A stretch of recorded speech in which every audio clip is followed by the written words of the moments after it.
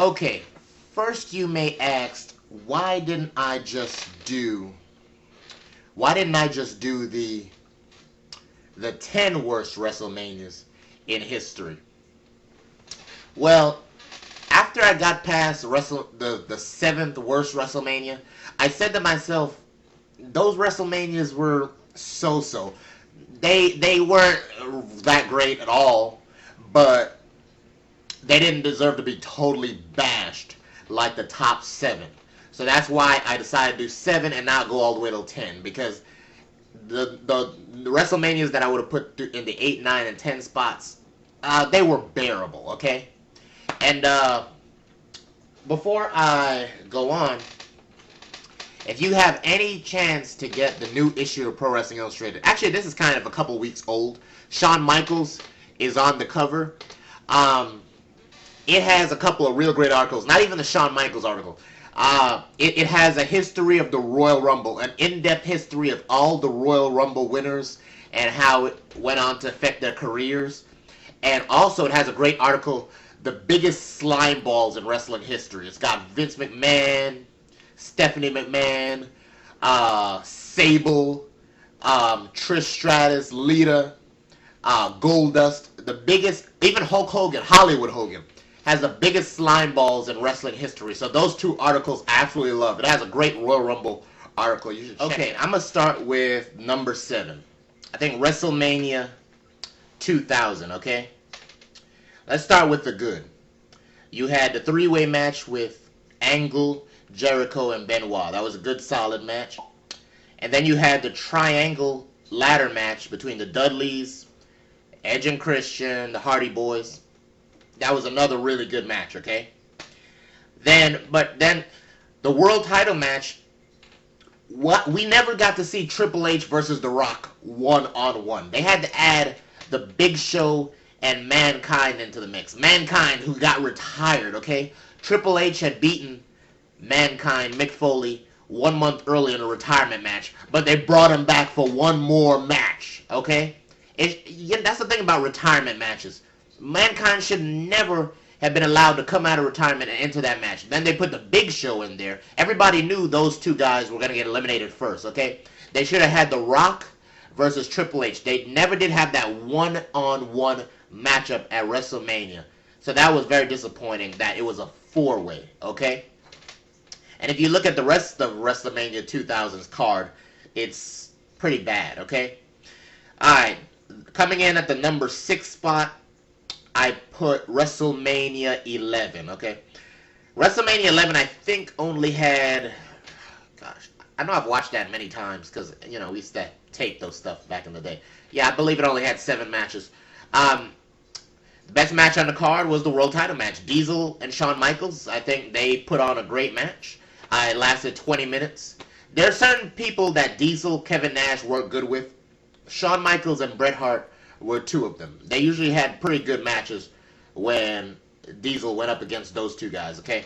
That was a good 20-minute match. LT versus Bam Bam Bigelow. I know it was a football player, but I thought LT did very good for himself in that match. It was okay. Bret Hart versus Bob Backlund was surprisingly disappointing, considering those 2 are grapplers, So that was a very disappointing match. And the fact that it only had 7 matches, and I'd say maybe only LT versus Bam Bam Bigelow and Diesel versus Shawn Michaels get a passing grade. That's why WrestleMania 11 comes in at number 6, okay? At number 5, I have WrestleMania 13. If it wasn't for the match of the year between Bret the Hitman Hart and Stone Cold Steve Austin, this could have easily been the worst WrestleMania of all time. But Bret Hart versus Stone Cold definitely saved that WrestleMania. And I believe that was the first match of the night. So, unfortunately, everything after that was pretty bad. Also, what saved this WrestleMania was the fact that The Undertaker won the world title for the first time in, I think, 6 years or 5.5 years, something like that. I can't remember right now. He went, let's see, the last one he won was in late 1991, and he won that in March of 1997. Okay. So even though the Undertaker versus Sid Justice match, or Sid Vicious, or Psycho Sid, whatever you want to call him, even though that match was not good at all, the fact that the Undertaker won the world title, combined with the Stone Cold Bret Hart match of the year, definitely saved that WrestleMania from being held the worst. Um, Other than that, look at the rest of the matches on that card. Absolute garbage, okay? At number 4, I have WrestleMania 4, okay? What's memorable about this WrestleMania is the fact that the Macho Man Randy Savage was supposedly the heir apparent to Hulk Hogan. Hogan had been the champion 4 years. They wanted somebody else to have the belt. Randy Savage won the title at WrestleMania 4, held it for a whole year, okay? So, the fact that Savage won his first world title made that memorable. But it was an intriguing idea, a WrestleMania tournament to decide the champion. Oh yeah, that's a great idea. Have everybody fight at WrestleMania 4 to decide who's going to be the world champion. A bunch of guys enter into a WrestleMania tournament. The problem is, you had to win 4 matches, to win the title. So all the matches had to be short, okay? There were some matches that had some potential to be good, but they had to be short. They had to be 3 to 4 minute long matches, 3, 4, 5 minute matches to move on to the next round, because you had to win. It was such a big, long tournament. The matches had to be really short. There were so many guys entered into the WrestleMania tournament, so that the fact that the matches were so short made it unsatisfying.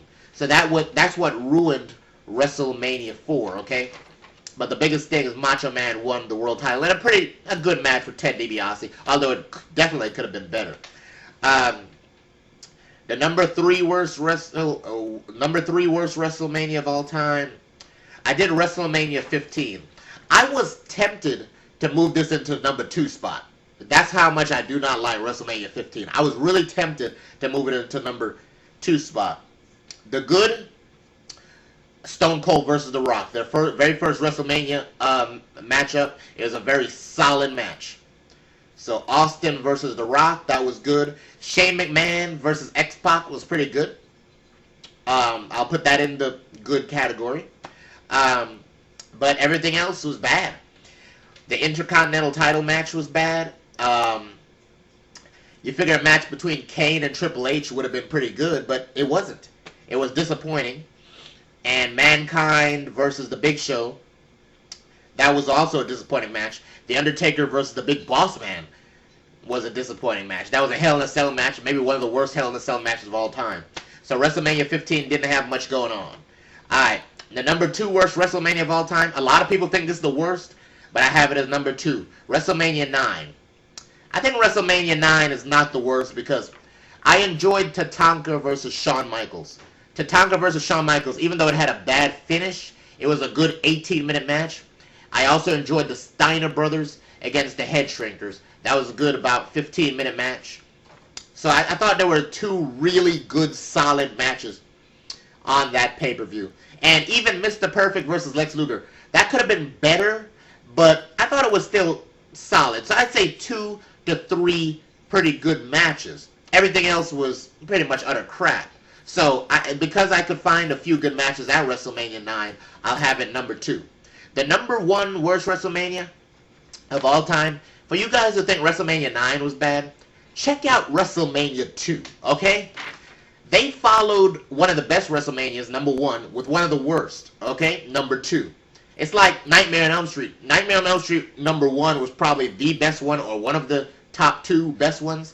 And then Nightmare on Elm Street Part 2 with Freddy Krueger was probably the worst one, okay? That's how this happened. WrestleMania 2, the best match was the 20-man over-the-top battle royal between the wrestlers and the NFL players. And what were they thinking when they decided to hold it at 3 different venues? Especially if you bought tickets, you only got to see a third of the show. They held it at 3 different venues. Bad idea. I think WrestleMania 2 was even worse than WrestleMania 9.